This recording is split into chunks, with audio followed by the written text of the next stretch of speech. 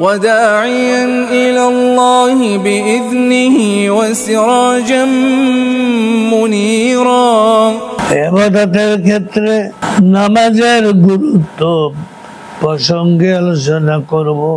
আল্লাহ সুবহানাহু ওয়া তাআলা সূরা বাকারার 45 নম্বর আয়াতে ইরশাদ করেন, বিসমিল্লাহির রাহমানির রহিম আস্তাইনু বিস-সাবরি ওয়াস-সালাহ ওয়া ইন্নাহা লাকাবীরাতুন ইল্লা আলাল খাশিঈন।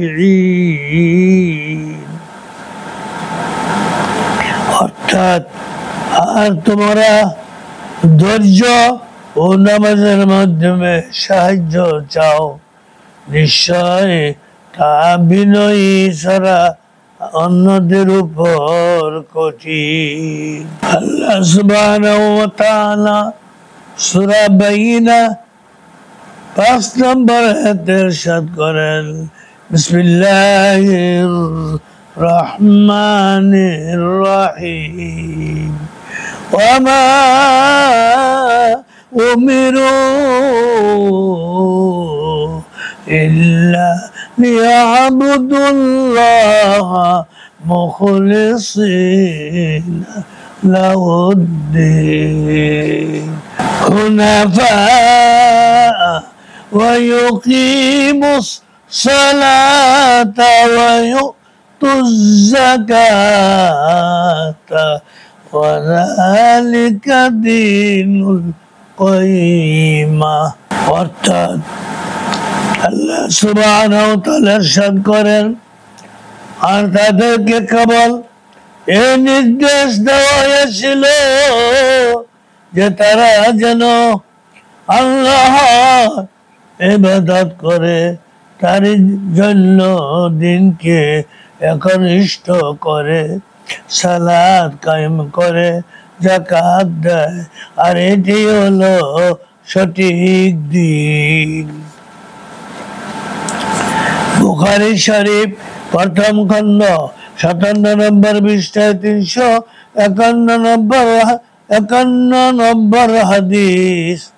নাসাঈ শরীফ দ্বিতীয় খণ্ড 230 নম্বর পৃষ্ঠায়, সুনানুল কুবরা লিল বাইহাকী দ্বিতীয় খণ্ড 268 নম্বর পৃষ্ঠায় 2239 নম্বর হাদিস। মিশকাতুল মাসাবিহ 12 নম্বর পৃষ্ঠায় হযরত আনাস ইবনে মালিক রাদিয়াল্লাহু আনহু থেকে বর্ণিত, তিনি বলেন, ক্বালা রাসূলুল্লাহ সাল্লাল্লাহু আলাইহি ওয়াসাল্লাম, মান সাল্লা সালাতানা ওয়াস্তাকবালা কিবলাতানা ওয়া আকালা যাবিহাতানা ফাযালিকাল মুসলিমুল লাযী লাহু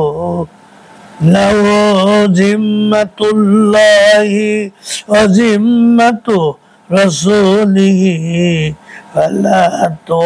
ফালা তুখবিরু আল্লাহা ফি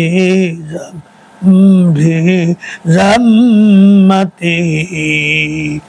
অর্থাৎ রাসূল খুদা সাল্লাল্লাহু আলাইহি ওয়াসাল্লাম বলেছেন, যে ব্যক্তি আদায় করে আমাদের কাবাকে কিবলা হিসেবে গ্রহণ করে, আমাদের জবাকৃত পশুর গোশত খায়, সে এমন মুসলিম যার জন্য জান ও মাল ইজ্জত সম্ভ্রম রক্ষায় আল্লাহ সুবহানাহু ওয়া তাআলা ও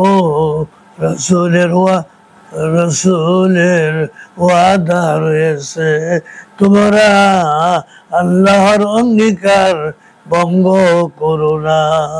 আবু দাউদ শরীফ প্রথম খণ্ড ৭১ নম্বর পৃষ্ঠায়, মিশকাতুল মাসাবি ৫৮ পৃষ্ঠায় হযরত আমার ইবনে সুহায়ব রাদিয়াল্লাহু থেকে বর্ণিত, তিনি বলেন ক্বালা রাসূলুল্লাহ সাল্লাল্লাহু আলাইহি ওয়াসাল্লাম মুরু আওলাদাকুম বিসসালাতি ওয়া হুম আবনাউ সাবঈ সিনিনা ওয়াদরিবুহুম আলাইহা ওয়া হুম আবনাউ আশরিন ওয়াফরিকু বাইনাহুম ফিল মাদাজি। অর্থাৎ রাসূল খুদা সাল্লাল্লাহু আলাইহি ওয়াসাল্লাম ইরশাদ করেছেন, যখন তোমার সন্তানদের বয়স 7 বছরে পৌঁছবে তখন তাদেরকে নামাজ আদায়ের জন্য নির্দেশ দিবে, আর যখন তারা 10 বছরে পৌঁছবে তখন নামাজ আদায় করার জন্য তাদের শাস্তি দিবে এবং তাদের ঘুমানোর স্থান পৃথক করে দিবে। শুআবুল ঈমান ৬ষ্ঠ খণ্ড ২৮৬৮ নম্বর পৃষ্ঠায় ৮৫৫৫ নম্বর হাদিস। মিশকাতুল মাসাবিহ ৬৫ নম্বর পৃষ্ঠায় হযরত আলী রাদিয়াল্লাহু আনহু থেকে বর্ণিত, তিনি বলেন ক্বালা কানা আখিরু কালামি রাসূলিল্লাহি সাল্লাল্লাহু আলাইহি ওয়াসাল্লাম আসসালাতা ইত্তাকুল্লাহ ফিমা মালাকাত আইমানুকুম। অর্থাৎ রাসূল খুদা সাল্লাল্লাহু আলাইহি ওয়াসাল্লাম ইরশাদ করেন, রাসূলুল্লাহ সাল্লাল্লাহু আলাইহি ওয়াসাল্লামের শেষ উপদেশ ছিল নামাজ এবং দাস দাসীদের সম্পর্কে আল্লাহকে ভয় করো। ওয়াখিরু দাওয়ানা আনিল হামদুলিল্লাহি রাব্বিল আলামিন।